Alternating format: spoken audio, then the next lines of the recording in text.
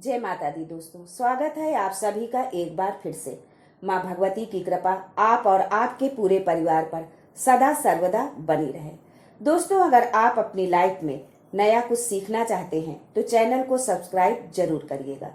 दोस्तों, आज के वीडियो के माध्यम से मैं आपको शास्त्रों में बताई गई बेलपत्र से संबंधित कुछ खास बातें बताने वाली हूँ। और इतना ही नहीं, शिवलिंग पर चढ़ा हुआ बेलपत्र खाने से क्या चमत्कार होगा, आज के वीडियो में ये भी जानिए।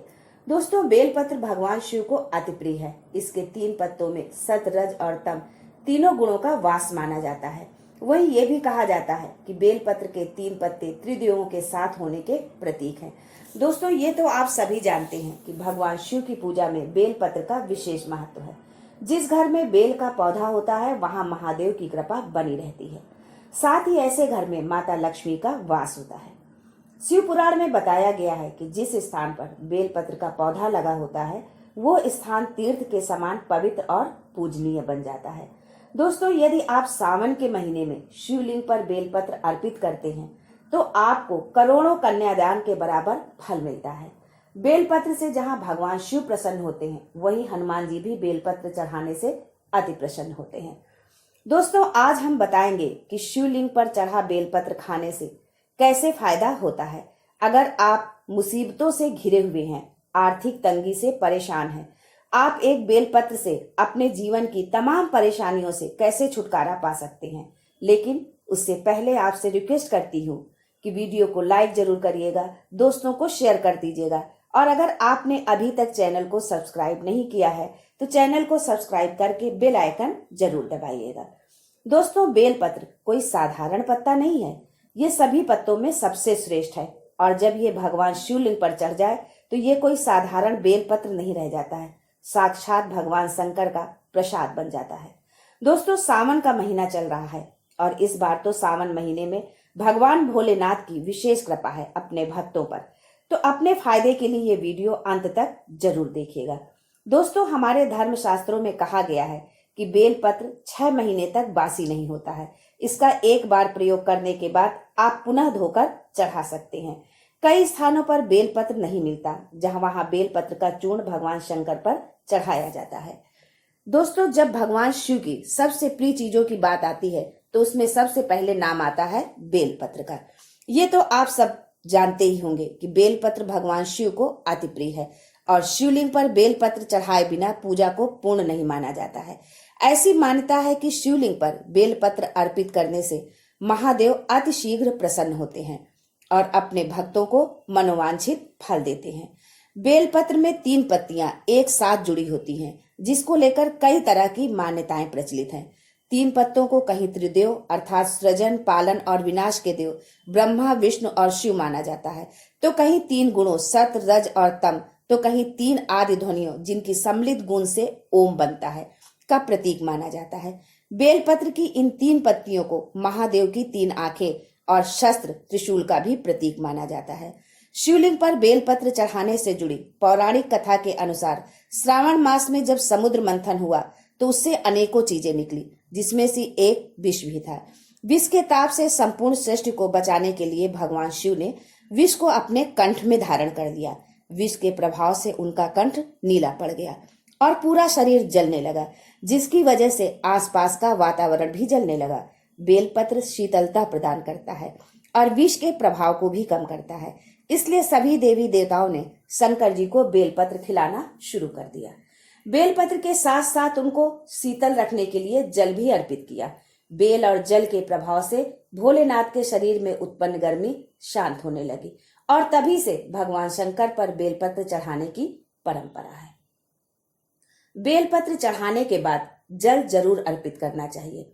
ऐसा करने से भगवान शिव को शीतलता मिलती है और उनका आशीर्वाद प्राप्त होता है। दोस्तों, हमेशा ध्यान रखना कि 3 पत्ते वाले बेलपत्र ही चढ़ाना चाहिए। जिस तरफ बेलपत्र की पत्तियां चिकनी हो उसी तरफ से बेलपत्र चढ़ाना चाहिए। इस बात का आपको विशेष ध्यान रखना चाहिए और कटे फटे बेलपत्र को भगवान शंकर पर नहीं चढ़ाना चाहिए। शिवलिंग पर बेलपत्र चढ़ाने के लिए अनामिका, मध्यमा और अंगूठे का प्रयोग करना चाहिए। दोस्तों, चतुर्थी, अष्टमी, नवमी, द्वादशी, चतुर्दशी, अमावस्या, पूर्णिमा, संक्रांति और सोमवार तथा दोपहर के बाद बेलपत्र नहीं तोड़ना चाहिए। इन दिनों तथा शाम के समय बेलपत्र तोड़ने से भगवान शिव क्रोधित हो जाते हैं।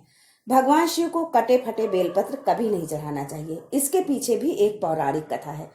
जब भगवान शंकर ने गणेश जी का शीश खंडन किया, तभी से भगवान शंकर ने संकल्प लिया कि कभी भी मुझे खंडित चीज नहीं चढ़ाई जाएगी। तब से भगवान शंकर को कोई भी सामग्री खंडित नहीं चढ़ाई जाती, फिर चाहे वो बेलपत्र हो या अक्षत। यदि आप शिवलिंग पर बेलपत्र चढ़ाते हैं तो आपकी सभी प्रकार की समस्याएं दूर होती हैं। भगवान शंकर के भक्तों को कभी भी आर्थिक समस्या नहीं आती। बेलपत्र को तिजोरी में रखने से कभी भी पैसे की समस्या नहीं आती। धन समृद्धि के लिए उत्तर दक्षिण दिशा में बेल का पौधा लगाना चाहिए। दोस्तों, इस वीडियो का एंड तक आप अवश्य देखना, क्योंकि आज के वीडियो में बेलपत्र से संबंधित बहुत सारी जानकारी आपको देने वाली हूँ।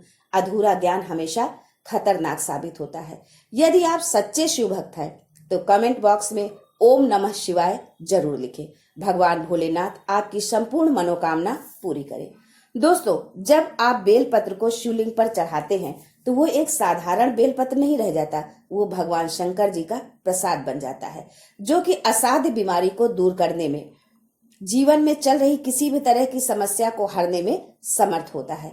आइए अब जानते हैं कि शिवलिंग पर चढ़ा हुआ बेलपत्र खाने से क्या होता है। शिवलिंग पर चढ़े हुए बेलपत्र को खाने से सभी प्रकार के रोग दूर हो जाते हैं। वात, कफ और पित्त दोष से छुटकारा पा जाते हैं। ये दोष भी सभी रोगों का कारण होते हैं। यदि आप शिवलिंग पर चढ़े हुए बेलपत्र की एक एक पत्ती सुबह शाम खा लेते हैं तो आप बीमारियों से छुटकारा पा जाते हैं।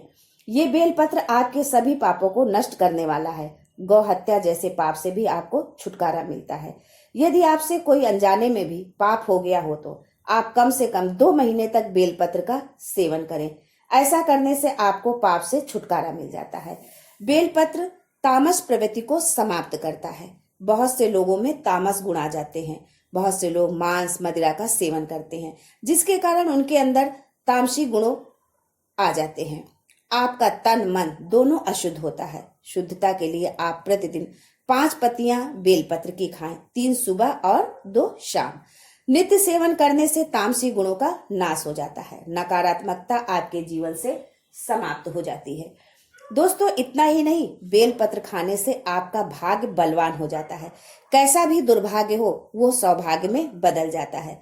जिस समय से आप बेलपत्र खाना प्रारंभ करते हैं तो आपका दुर्भाग्य सौभाग्य में बदल जाता है।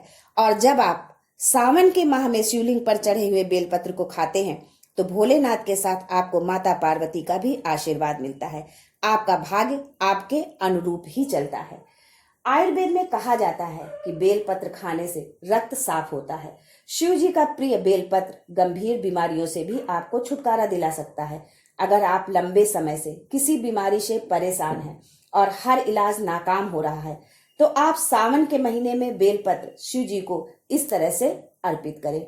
आप 108 बेलपत्र लीजिए और एक पात्र में चंदन का इत्र भी। अब एक एक बेलपत्र चंदन में डुबोते जाएं और शिवलिंग पर चढ़ाते जाएं। हर बेलपत्र के साथ ओम होम जूम सह का जाप करते रहें। मंत्र जाप के बाद भगवान शिव से शीघ्र स्वस्थ होने की प्रार्थना करें। इस उपाय को यदि स्वयं नहीं कर सकते तो आपके परिवार का कोई अन्य सदस्य भी कर सकता है। दोस्तों, बेलपत्र का केवल दैवीय प्रयोग नहीं है। इसके प्रयोग से सेहत से जुड़ी तमाम समस्याएं चुटकियों में समाप्त हो जाती हैं। बेलपत्र का रस आंख में डालने से आंखों की ज्योति बढ़ती है। बेलपत्र का काढ़ा शहद में मिलाकर पीने से खांसी से राहत मिलती है। सुबह 11 बेलपत्रों का रस पीने से पुराना सिर दर्द ठीक हो जाता है। दोस्तों, यदि आप मुकदमे या किसी विवाद में फंसे हैं और आप बहुत प्रयास के बाद भी छुटकारा नहीं पा रहे तो ये उपाय एक बार अवश्य करिए। रामचरितमानस के उत्तर कांड में राज्याभिषेक तक जाएं। राज्याभिषेक के समय शिव जी ने श्री राम की जो स्तुति की है उसका पाठ करें। उसके पश्चात पूरी श्रद्धा और विश्वास के साथ राम स्तुति का पाठ करें। आपकी संपूर्ण बाधाएं भगवान शिव दूर करेंगे। यदि संभव हो तो आप ये पाठ शिव मंदिर में करें तो अतिशीघ्र चमत्कारी लाभ मिलेगा। दोस्तों, यदि आप संतान सुख से वंचित हैं, अनेकों उपाय के बाद भी आप मायूसी हैं, तो इस सावन महीने आप यह उपाय अवश्य करें। एक पात्र में गाय का कच्चा दूध ले, उसमें एक एक बेलपत्र डुबोते हुए शिवलिंग पर चढ़ाएं। हर बेलपत्र चढ़ाने के साथ ओम नमो भगवते वासुदेवाय का जाप करें। तत्पश्चात महादेव से संतान प्राप्ति की प्रार्थना करें। भगवान भोलेनाथ आपकी मनोकामना अवश्य पूरी करेंगे। शिवलिंग पर चढ़ा हुआ एक बेलपत्र खाने से आपकी इच्छा की पूर्ति होती है, आपकी सभी इच्छा पूर्ण हो जाती है। दोस्तों, ये बात बताने योग्य ना है, फिर भी मैं आपको बताना चाहूंगी कि यदि आप नियमतः 6 महीने शिवलिंग पर चढ़ा हुआ बेलपत्र खाते हैं तो आप भूत भविष्य वर्तमान तीनों को देखने की सिद्धि प्राप्त हो जाती है। आप अपना और दूसरे का भी भविष्य देख सकते हैं, लेकिन इसका प्रयोग किसी का अहित करने के लिए नहीं करना होता है। बड़ी से बड़ी साधना आप कर सकते हैं। शिवलिंग पर चढ़ा बेलपत्र आप खाते हैं तो बड़ी से बड़ी साधना छोटी हो जाती है। शिवलिंग पर चढ़ा बेलपत्र खाने से मंत्र शीघ्र सिद्ध हो जाते हैं। कलयुग में भगवान शंकर ने जो मंत्र कीलित करके रखा है वो शीघ्र सिद्ध हो जाते हैं। यदि आपका बच्चा आपकी बात नहीं मानता, चिड़चिड़ा है, पढ़ने में मन नहीं लगता, माता पिता को मारता है, झगड़ता है, नजर बार बार लगती है, मन उसका शांत नहीं रहता, तो लगातार 4 सोमवार तक शिवलिंग पर चढ़ा हुआ बेलपत्र उसके मस्तक पर रखें। ऐसा करने से इन सब से छुटकारा मिलेगा और बच्चे का विकास बहुत अच्छा होगा। ऐसा बालक माता पिता की किसी बात का उल्लंघन नहीं करते, वो भगवान शिव की तरह ही भोले हो जाते हैं। लेकिन शिवलिंग से बेलपत्र उठाने से पहले स्वाद अवश्य ले लें और अपने बच्चे का नाम भी अवश्य लें। यदि आप 9 ग्रह में से किसी भी ग्रह से पीड़ित हैं, शनि, राहु, केतु, तो इन ग्रहों की पीड़ा से छुटकारा पाने के लिए शिवलिंग पर चढ़े 5 बेलपत्र आपको खाना है। ज्यादा दिन नहीं, बस 1 महीने तक खाना है। आप खा कर देखिए, आप जिस दिन से खाना शुरू करेंगे आपकी 9 ग्रह की पीड़ा दूर होना शुरू हो जाएगी। दोस्तों, आप अपनी सामर्थ्य के अनुसार बेलपत्र खाइए। ये नहीं कि हमने 5 बोल दिया तो आप 5 ही खाएं, आप 1 खाएं, लेकिन नियम से। यदि आप खाते हैं तो आपका शरीर पवित्र हो जाता है, आपकी वाणी सिद्ध हो जाती है, आप जो बोल देते हैं वही सत्य हो जाता है। आज के लिए बस इतना ही। दोस्तों, मिलते हैं अगले वीडियो में, तब तक के लिए हर हर महादेव।